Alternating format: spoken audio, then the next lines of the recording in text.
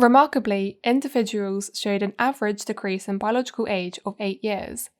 So hello and welcome to the Cheeky Science Show, where in this video we'll break down a recent paper that has given us a first look at some data of human patients taking Rejuvant, an alpha-ketoglutarate based formulation, whereby they assess their biological age by using the DNA methylation clock. So in this video we'll break this paper down completely, address exactly what the data shows, what it doesn't show, and what I think the take-homes are. So firstly, what is alpha-ketoglutarate? Well, alpha-ketoglutarate, otherwise known as AKG, my students would probably know very well as being a key intermediate in the Krebs cycle, which is important for aerobic respiration. So this is important for burning glucose, fats and proteins to generate the reducing power to make ATP, the energy source of the cell. However, AKG is more than just a component of the Krebs cycle.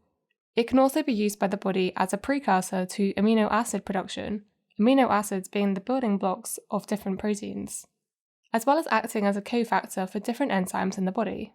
It was previously shown in a study that AKG supplementation increases the lifespan of the worm C.elegans, and I reported on a study that came out last year showing that the calcium salt of AKG extended both the lifespan and healthspan of mice. So, given that AKG is generally recognised as safe, the company that sponsored this latter study, Ponce Health, wanted to test it for human aging. So this brings us on to this recent publication that has already caused a lot of excitement on different social media platforms. So what exactly did they do? Well, in this study, they had the participants taking Rejuvant, which is a product that's currently being sold by the company that sponsored the previous research, that have a sustained released version of a calcium salt of alpha-ketoglutarate. And that salt of AKG is combined with a specific vitamin depending on the sex of the participants. So for females, they take it along with vitamin D, and for males, they take it with vitamin A. And so the dose that they were taking were 2 tablets per day, which meant that one dose contained 1 gram of calcium alpha-ketoglutarate. In terms of who and how many people were in this study, you can see this data summarised here. So in total, there were 42 participants, 1/3 were females and 2/3 were males, and their ages ranged from 41 to 79 years, with a mean age of 63. All were healthy without any chronic medical conditions, and each participant was taking Rejuvant on average for 7 months. So what were they assessing in the study?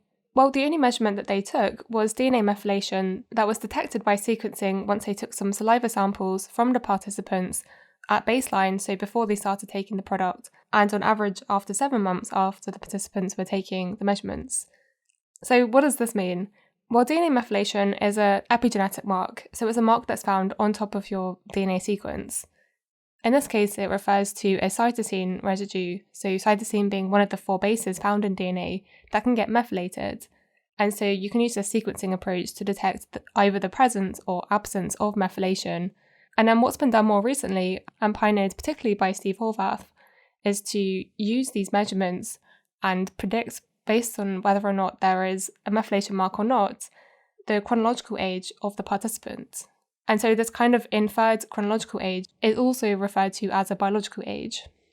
There are many different types of epigenetic clocks currently available, but the one that they used in this paper is based on this true age prediction model, and that only needs 9 of these methylation sites. And so by having less sites, that also does make it a bit cheaper for them to perform this test. Now, as you can see in this figure here, they first tested whether or not this correlated with the participant's chronological age, and you can see a positive correlation. So effectively here they were validating the use of this model. So what happened after they took AKG?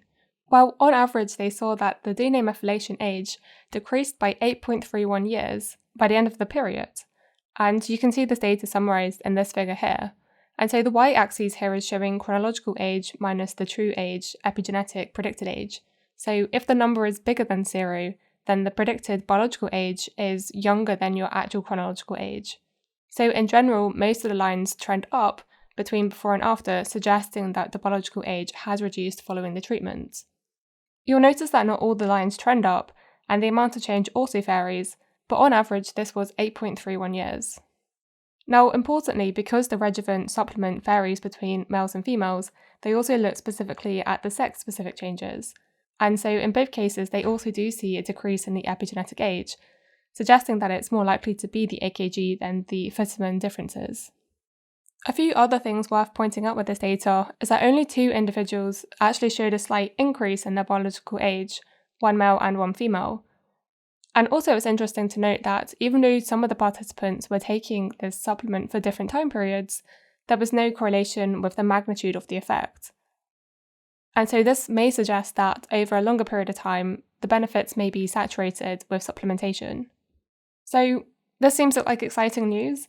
So is it time to all start taking AKG?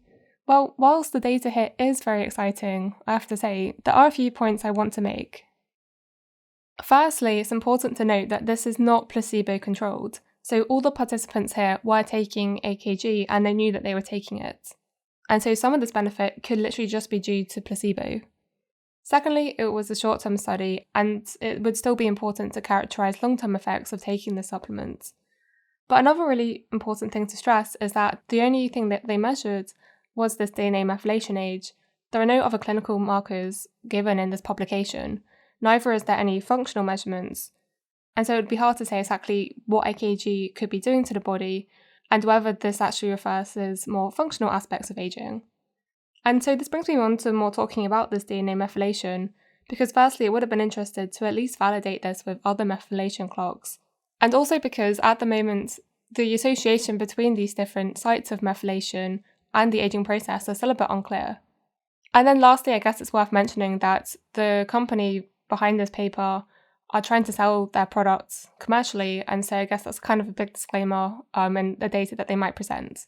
So all in all, whilst I think this data is very encouraging, I think it's important to realise that this paper doesn't provide definitive proof of the so-called fountain of youth, but I will keep you posted as we learn more information and whether or not we can see this data translated through to randomised controlled clinical trials. So with that, I hope you've learned something in this video. Thank you to my Patreon supporters and thank you for listening.